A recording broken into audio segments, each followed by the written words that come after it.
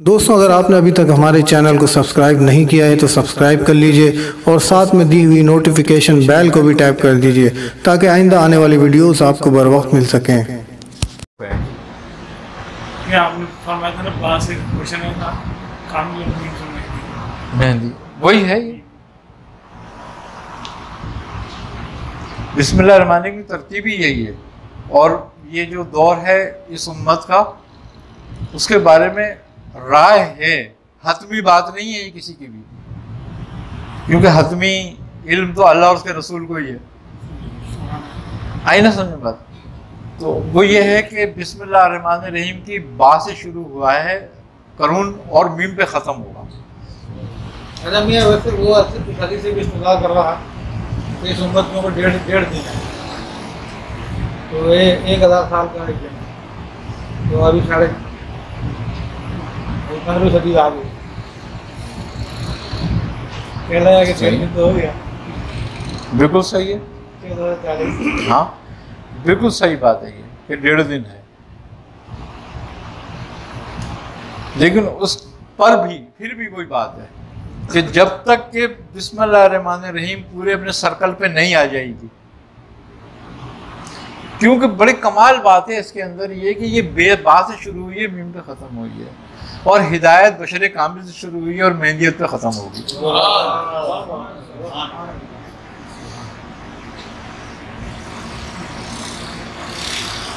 अब बीच में अदवार चलते रहेंगे और लोगों को गुमान होता रहेगा। आप देखो ना, सहाबा इकराम की अगर बातें आप देखो, पढ़ो, तो वो कहते हैं जैसे क़यामत अभी आ जाने वाली है बस। इब्न सय्याद नाम का एक शख्स भी था, उस पर भी बुजुर्गों का था, लेकिन सहाबा के नाम तक कब होता है कि हो सकता है ये दज्जाल। वो एक बच्चा पैदा हुआ था जिसको हजरत उमर कत्ल करने जा रहे थे। तो ये है बात। लेकिन अब ये कि ख्याल हैं, ठीक है, सबके अपने अपने हैं, और हर आदमी को हक है कि वो अपना इस्तदराज करता रहे, अपना वक्त निकालता रहे, सितारे देखता रहे कि मेहंदियत का सितारा कब चमकता है। मेहंदी तो आएंगे हर वक्त में कोई ना कोई हादी तो होते ही। अरे तुम्हारा हादी तो तुम्हारे अंदर ही बैठा हुआ है, अगर पहचान लो तो, नहीं तो कुछ भी नहीं है। हिदायत बाहर नहीं है, हिदायत तो अंदर ही, और मेहंदी भी अंदर है।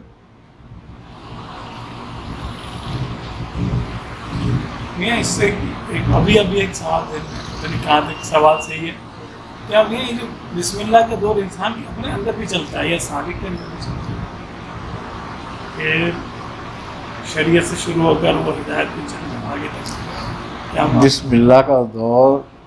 अच्छा, एक बड़े मज़े की बात यही है कि तुम्हें जो सबसे पहला सबक दिया गया है वो यही है कि शुरू कर अल्लाह के नाम से।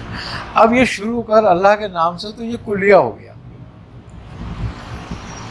अब कायनात की हर चीज़ बात से शुरू होकर मीम पे ख़त्म होनी है। हाँ,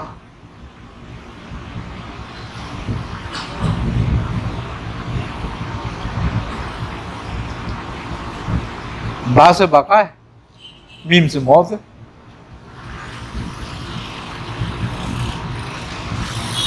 बाकी और ममीत के दरमियान सारा मामला है।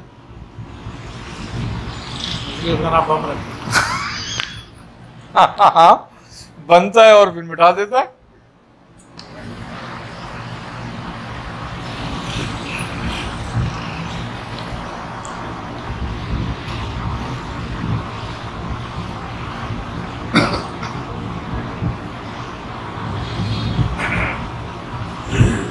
आपने गुज़श्ता नशिस्तों में एक जुमला इरशाद फरमाया था के दौरान, एक वसवसा यकीन और हकीकत का दुश्मन, तो इसकी असल में वसवसे की भी मुख्तलिफ हालतें हैं। हाँ, यही बात है। एक वसवसा ज़न्नी है, एक हकीकी है। वसवसा ज़न्नी जो है वो गुमान है।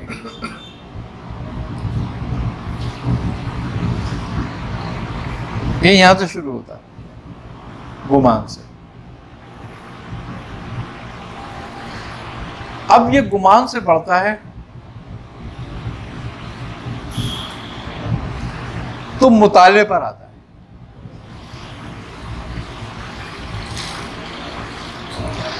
अब वो मुताला जो है इसमें खैर और शर बस आता है।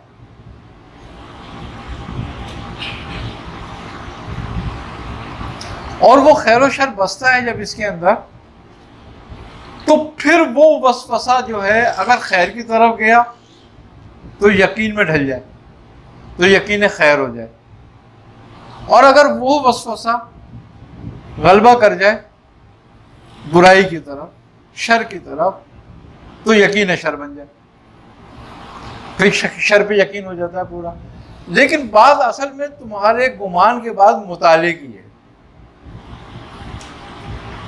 कि जब तुम्हें किसी चीज पर गुमान होता है तो फिर तुम उसका जब मुताला करते हो, जो उसका मुशाहिदा करते हो, वो किस नजर से करते हो, किस जाविये से करते हो। मनफी और मस्बत दोनों पहलू मौजूद है ना। अगरचे हमारे ऊपर नफ्स का गलबा या शैतान का गलबा ज्यादा है तो हमेशा हमारा वसवसा जो है शर की तरफ मजबूत होगा। लेकिन कहीं भी हमारे अंदर अगर रसूल और खुदा मौजूद है और हम थोड़ी भी उस तरफ गुमान करते हैं और तवज्जो करते हैं तो हमारा यकीन खैर की तरफ बढ़ जाएगा, वसवसा खैर की तरफ जाएगा। ये हमारे बेसिकली गुमान पर है और फिर हमारे मुशाहिदे पर यानी कि मुताले पर। बंदा फैसला खुद करता है ना अंदर से अपने कि मुझे ये नहीं ये करना है। अब जैसे कि मिसाल के तौर पर जमात खड़ी हो रही है, अब मैं कहूँ यार मैं वहां तक पहुंचूंगा तो जमात तो हो जाएगी, चलो मैं घर में पढ़ लूँ, छोड़ो कोई काम कर लूँ अपना। तुमने अपने एक अंदाजा लगाया, आपने एक मुशाहिदा किया, तो उस मुशाहिदे ने तुम्हें जमात से रोक दिया जाने से।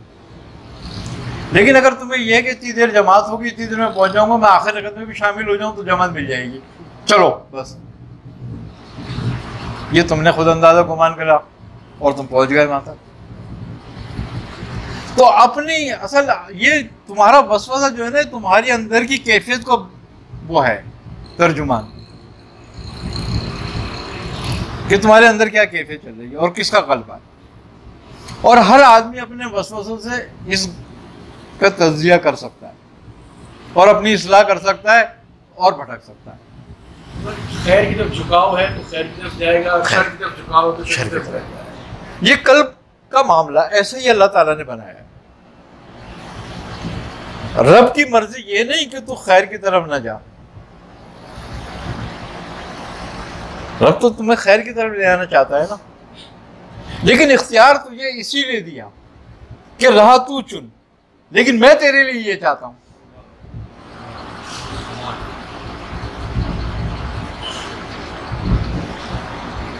अब अगर हम ये कहें कि नहीं हमें तो रबी खैर की तरफ लेके गया था और रबी शर की तरफ लेकर गया था, तो फिर हमारी सजा जजा किस बात की हो गई? उसके इल्म में ये बात मौजूद है कि मैं खैर की तरफ जाऊंगा या शर की तरफ जाऊंगा, लेकिन मेरे इल्म में ये बात नहीं है कि मैं खैर की तरफ जाऊंगा या शर की तरफ जाऊंगा। तो मुझे नियत खैर की करनी चाहिए।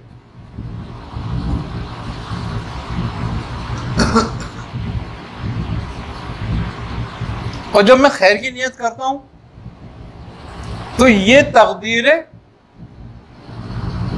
मुतलक नहीं है, ये मौल्लक कि अगर तू शर की तरफ जाएगा तुझे हिदायत तेरे से ले ली जाएगी, तो खैर की तरफ जाएगा तुझे हिदायत दे दी जाएगी। अब शर्त रख दी कि तू कहाँ जाएगा। अगर ये मुतलक कर दी जाए तो फिर झगड़ा खत्म हो गया। अब जिन लोग के लिए मुतलक कर दिया गया वो कभी खैर की तरफ नहीं आएंगे, वो कुफार हैं। क्यों मुतलक किया गया उन पर, लेकिन उनको आखिर तक, उनकी सांस निकलने तक की मोहलत फिर भी दी हुई है, फिर वो मुतलक में तब्दील हो जाएगी बात। लेकिन दीवी क्यों है कि वो नहीं चाहता कि ये कुफर में मरे। अब वो नहीं चाहता है तो नबी भेजे थे ना, पुकारा, बुलाया गया ना, और आखिर तक तुम्हें मोहलत भी दी। ये नहीं कहा कि जब जिसने इनकार कर दिया ईमान से उसकी रूह कब्ज कर लो, और जो ईमान लिया उसको ढील दे दो, या जो ईमान लिया उसको मार दो ताकि ईमान पे ही मरे। नहीं, पूरी मोहलत दे दी दोनों को। ईमान लाने के बाद भी कि तो उसको तरक्की देता है या जाया करता है, और काफिर को भी कि तू ईमान लाता है या नहीं लाता, मेरी तरफ पलटता है या नहीं पलटता।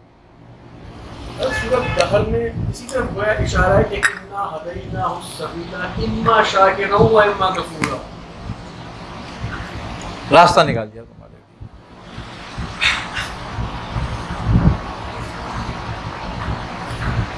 और इंसान का गुमान ही असल है कि वो क्या करता है, कहता भी है ना मैं तेरे गुमान के मुताबिक।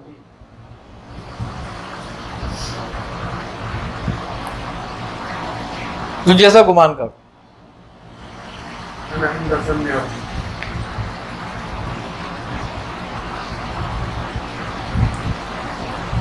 तो वसवसा जो है वो हमें ये बताता है कि हमारे अंदर क्या है।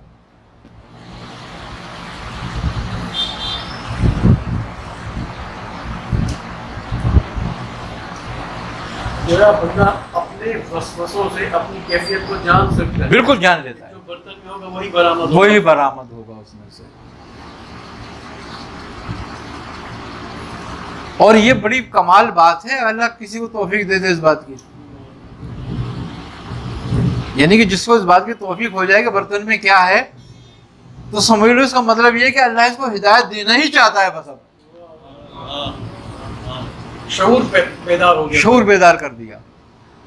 असल बात आगाही तो है,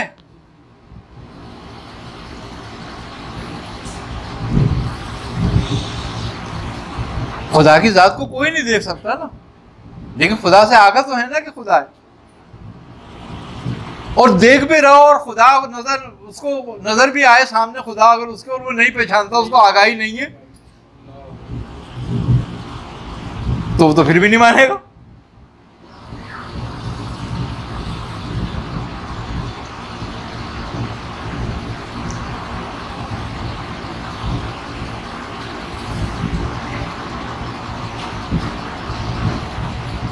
तो बात सिर्फ आगाही से है, और आगाही सबसे पहली यही है कि तू अपने अंदर झांक के दे कि तेरे बर्तन में क्या है।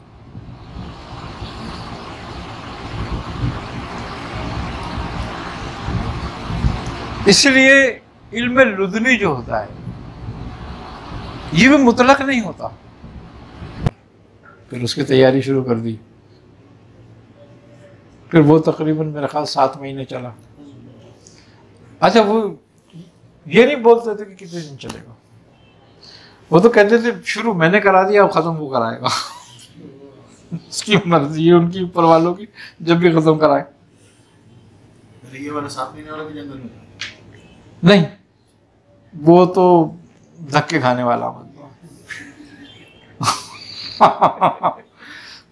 वो धक्के खाए उसमें तो मैंने, बस चलना था उसमें तो बस।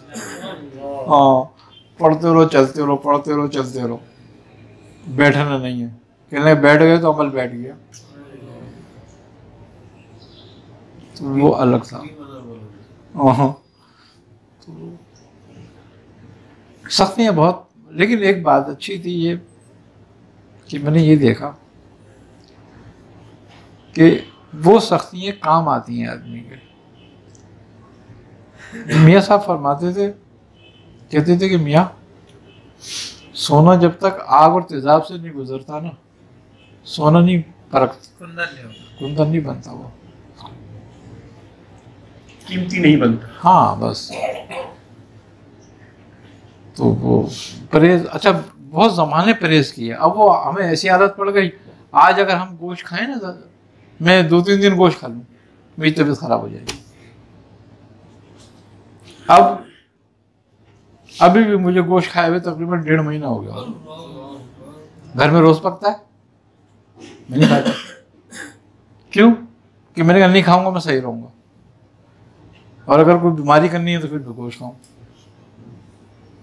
फिर बड़ा मसला हो जाता है। फिर मैंने कहा छोड़ दो गोश्त वोश्त, अब वो कभी खाओ तो खाओ, नहीं तो नहीं खाओ।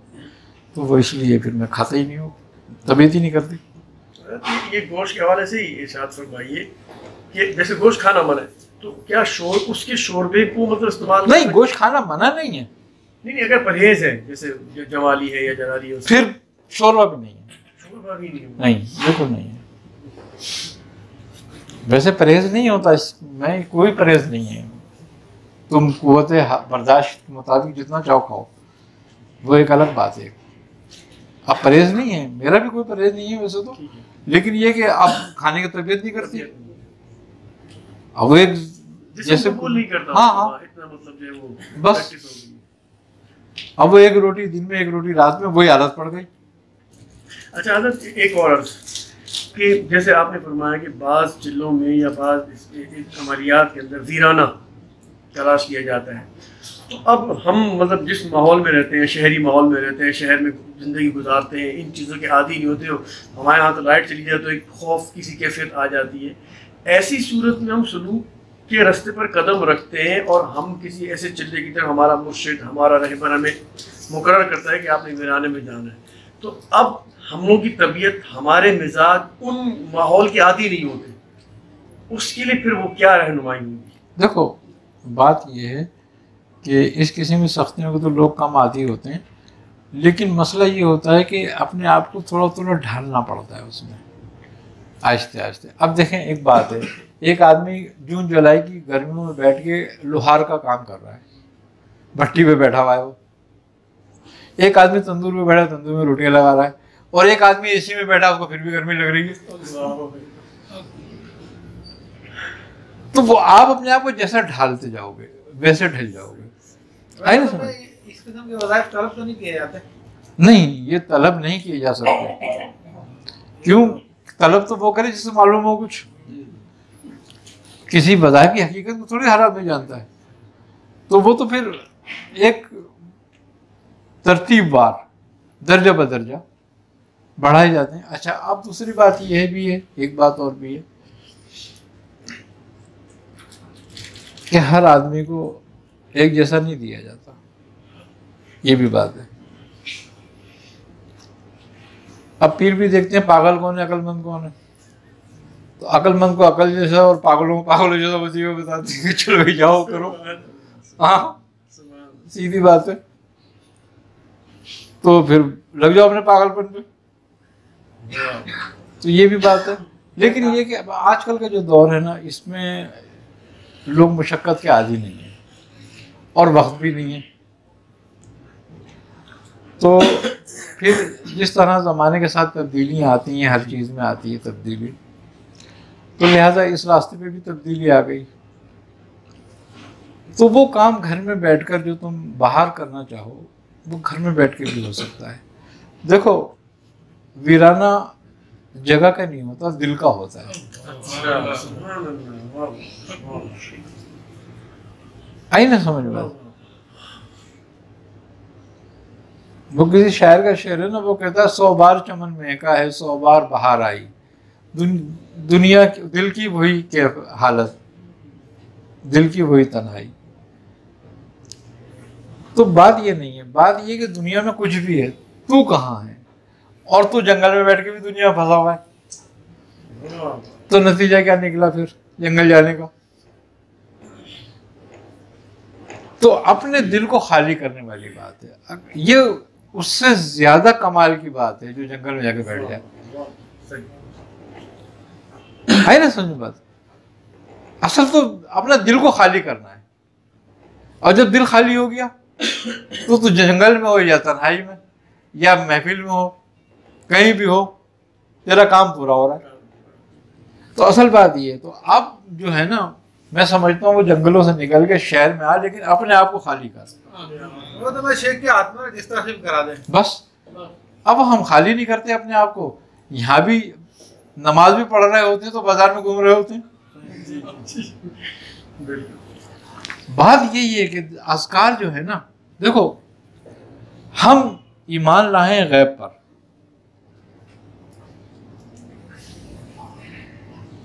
जाहिर कुछ हमने नहीं देखा, हुक्म भी यही है, ईमान लाओ गैब पर और डरते रहो उससे, और नमाज कायम करो, और जो कुछ खुदा ने तुम्हें दिया उसमें से खर्च करो। ये आयत ही पूरा सलूक है। क्या वाह, यानी पहले किसी बात में शक नहीं रखना, बस और इस राह पे चलते रहो, राह पे चलते रहो, अपने खुदा से डरते रहो, ईमान गैब पे लाओ, नमाज कायम करो, तुम्हारे को जो रिस्क दिया उसमें से खर्च करते रहो। पूरा सलूक हो गया ये। अब इसको समझना है, अब या तो जंगल में जाके बैठ के कर ले या घर में बैठ के कर ले। जिसने अमल कर लिया वो कामयाब हो गया, हर जगह कामयाब हो जाता है। अब वो जंगल में तो जिनको भेजा जाता है ना, जिनकी अकल मोटी होती है। दोस्तों, अगर आपने अभी तक हमारे चैनल को सब्सक्राइब नहीं किया है तो सब्सक्राइब कर लीजिए और साथ में दी हुई नोटिफिकेशन बेल को भी टैप कर दीजिए ताकि आइंदा आने वाली वीडियोस आपको बर वक्त मिल सकें।